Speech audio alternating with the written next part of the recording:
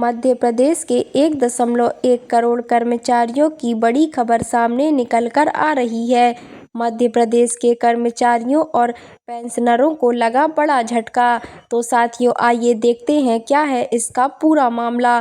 तो उससे पहले अभी तक आपने हमारे YouTube चैनल को सब्सक्राइब नहीं किया तो हमारे YouTube चैनल मोर क्रिएटिव 53 को सब्सक्राइब करके बेल आइकन को प्रेस करना ना भूलें, ताकि आप सभी को ऐसे ही नए नए अपडेट मिलते रहें। केंद्र सरकार के कर्मचारियों के बीच इन दिनों 8वें वेतन आयोग को लेकर काफी चर्चा चल रही है। हर तरफ यही सवाल उठ रहा है कि क्या अब सरकारी कर्मचारियों की सैलरी 2 गुना से अधिक हो जाएगी। इसका जवाब जितना आसान लगता है उतना आसान नहीं है। दरअसल फिटमेंट फैक्टर को लेकर आम धारणा पूरी तरह से सही नहीं है। तो साथियों, आइए जान लेते हैं इस जानकारी को विस्तार पूर्वक। तो साथियों, आइए देखते हैं क्या है फिटमेंट फैक्टर। यह एक गुणांक है जिसे मौजूदा बेसिक पे से गुणा किया जाता है। इसी के आधार पर नया बेसिक पे तय होता है। 7वें वेतन आयोग में यह फिटमेंट फैक्टर 2.57 था, जिससे न्यूनतम सैलरी 7,000 रुपये से बढ़कर 18,000 रुपये हो गई थी। लेकिन क्या इससे पूरी सैलरी में 2 गुना बढ़ गई है? नहीं, दरअसल उस समय कुल सैलरी में औसतन सिर्फ 14.3% की ग्रोथ में हुई थी।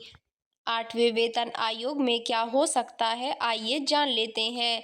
एम्बिट कैपिटल की एक हालिया रिपोर्ट के मुताबिक 8वें वेतन आयोग में फिटमेंट फैक्टर 1.83 से 2.46 के बीच रहने का अनुमान है। यानी अगर किसी कर्मचारी का मौजूदा बेसिक पे 50,000 रुपये है तो नई सिफारिश के मुताबिक यह 91,500 रुपये से 1,23,000 रुपये के बीच हो सकता है।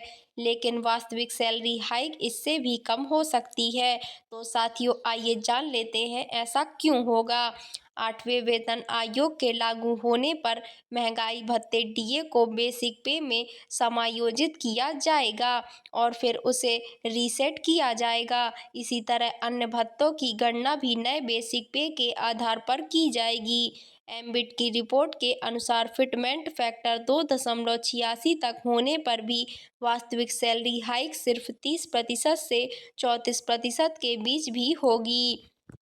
कोटक इंस्टीट्यूशनल इक्विटीज़ की रिपोर्ट में तो यहाँ तक कहा गया है कि अगर सरकार फिटमेंट फैक्टर को न्यूनतम स्तर यानी 1.8 पर रखती है तो वास्तविक सैलरी हाइक केवल 13% तक सीमित रह सकती है।